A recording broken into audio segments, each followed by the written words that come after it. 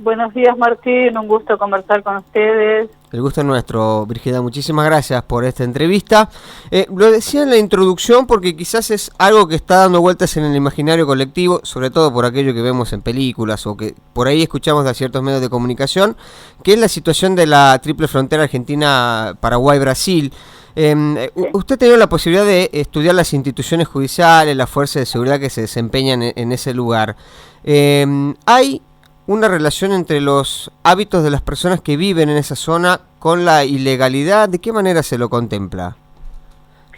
Bueno, todos sabemos que los espacios de frontera son espacios donde convergen dos países o más, que tienen legislaciones diferentes y además que abrigan poblaciones que circulan, porque lo interesante de la frontera, que es una convención para distinguir un Estado nacional de otro y establecer cuál es el campo de su soberanía, es un ámbito donde las personas que viven, trabajan, se conocen, se reproducen, tienen familias, parentescos, movilidad.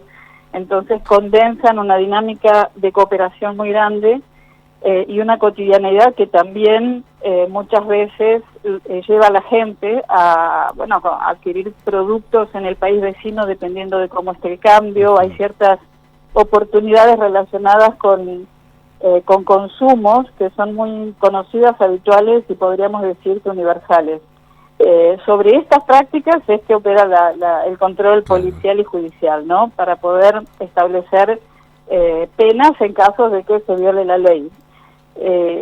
Esta realidad, lo que es importante señalar es que se da en situaciones también donde hay pocas inversiones en infraestructura, donde las fuentes de trabajo son acotadas y donde la necesidad también es grande. Claro. Y me refiero en este caso no solo a la triple frontera de Argentina con Brasil y Paraguay, sino también a la frontera con Bolivia y con Chile, lo que usualmente suele llamarse como frontera norte, ¿no? Claro, la frontera norte. Sí, Brígida, le escuchaba con respecto a este tema de que usted nos mencionaba, de la realidad un tanto precaria, si se quiere, en la zona de fronteras, alejada de las grandes urbes. La contemplación en materia judicial y en materia de las fuerzas de seguridad a esa situación, ¿es diferente, es distinta a lo que ocurre, por ejemplo, con los delitos en las zonas urbanas? Tiene sus diferencias sin duda, por varios motivos. Primero porque el tipo de delitos también cambia, tiene su especificidad en la frontera, está más relacionado con lo que se conoce contrabando, que no es estrictamente un delito, sino dependiendo de la cantidad puede ser una contravención o puede haber diferentes figuras para poder tratar estas violaciones de la ley. Y también el ambiente es fundamental porque el ambiente predispone a determinados comportamientos, ¿no? Entonces, si vos estás en una situación donde no tenés recursos, porque no tenés trabajo y tenés la posibilidad de traer mercadería del país vecino y revenderla a un precio que te dé un margen para subsistir, es claro que la gente lo va a hacer, porque antes que pasar necesidades tienden a resolverlas, ¿no es cierto?, de la manera que sea. Lo que me parece que es importante señalar es que estas prácticas tan usuales no son consideradas delincuencia a nivel local. Entonces también cuando las fuerzas de seguridad y policiales tienen que reprimir este tipo de comportamientos, también digamos que se enfrentan a un desafío importante que es, bueno, si nosotros intervenimos en esta situación en una persona que hace lo que se conoce como contrabando de hormigas, esto no va a impactar realmente en la realidad, va a presionar el sistema judicial porque va a traer casos de pequeña monta para ocupar los recursos judiciales, y al mismo tiempo la situación no es que va a parar porque se tome una medida de esa naturaleza, ¿no? Claro. Entonces, en estos casos, claro, la gente puede pensar, no, la policía no trabaja, son todos corruptos, pero lo cierto es que hay una convivencia en un ambiente donde las personas andan a pie, cruzando por los pasos fronterizos, en pequeña escala, todos los días un poquito, y esta es la realidad que se ve.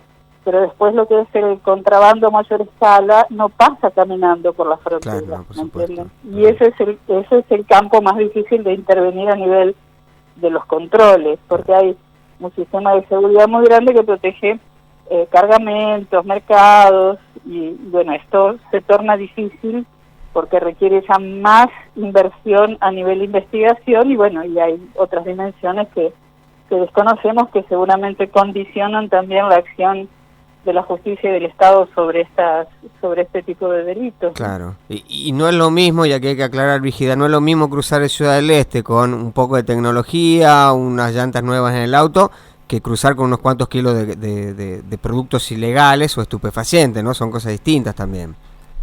También tenemos esta distinción que son los mercados digamos, por un lado están los mercados de productos legales, cuyo problema legal sería la forma de tránsito o la evasión fiscal, y por otro lado tenemos el tránsito de productos ilegales o ilegalizados, como son las sustancias químicas o las drogas conocidas prohibidas como la marihuana y la cocaína, que son las que prácticamente se consumen de forma generalizada no solo en nuestro país, ¿no es cierto? Sí. Y acá creo que es importante resaltar algo también. Hay toda una política muy orientada al control de la producción y consumo de drogas en un mundo que ya no hay cómo revertir esa situación más que ofreciendo una asistencia sanitaria importante, porque evidentemente la guerra contra las drogas es un rotundo fracaso, lo vemos en todos los países y lo vemos en todas las ciudades donde este problema afecta. Río de Janeiro sería el paradigma en América Latina, Ciudad de México o México en las fronteras con Estados Unidos y en lo que es la línea pacífica mexicana, ¿no? Pero acá también en América del Sur, Colombia también tiene una historia muy muy seria con la producción de drogas, y donde se ve claramente que las inversiones que se han intentado hacer para combatir este mercado han resultado en gastos y en la secuela grave del incremento de la violencia en todos estos territorios por los que circula la mercancía. Claro, mencionó creo que dos ejemplos de lo que se puede tomar para aplicar políticas públicas de seguridad, ¿no? La militarización en México y en Río de Janeiro, que solo aumentó el nivel de violencia y no acabó con el narcotráfico, porque en lugar de tener una visión holística, si se quiere, atender también para que no haya aquellos que demanden los productos ilícitos, se ataca directamente con la fuerza. Ya demostró que ese no es el camino. Exactamente, porque principalmente lo que tiene que ver con el mercado de las drogas ilegalizadas también está asociado a diferentes fuentes de ingreso, porque uno piensa que la droga enriquece a la gente, pero en cierta escala sí, las personas se hacen ricas, y precisamente son aquellas que no tocan la sustancia.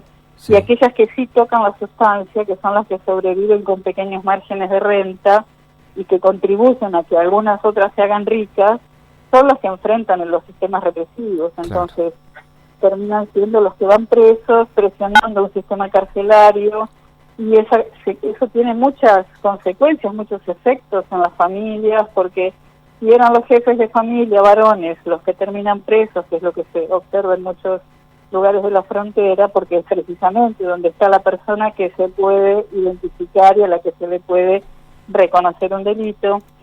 Las madres de esas familias quedan solas, y bueno, y esto que genera un impacto muy muy grave en la subsistencia de estas unidades domésticas. Por lo tanto, en muchos casos, las mujeres también terminan involucrándose en el mercado de venta de productos ilegalizados para poder sostener sus ingresos, y por lo general este tipo de ingresos son complementarios a otros ingresos que ya de trabajos informales en los que generalmente están articulados, ¿no? Es decir, la red que se sostiene con el mercado de las drogas ilegalizadas es muy grande y es muy extensa, está expandida en diferentes escalas y en diferentes niveles socioeconómicos de la población. Claro. Entonces no es un fenómeno que se pueda resolver llevando a la gente presa. Por supuesto, tiene que haber otra política más inteligente que sea capaz de dar respuesta a este flagelo, porque es en varios planos, digamos. Que así es. Brígida, ha sido muy amable, muchas gracias por su tiempo. Muchas gracias a vos, Martín, y quedamos a disposición. Que tenga un buen día. Hablamos con la antropóloga Brígida Renoldi.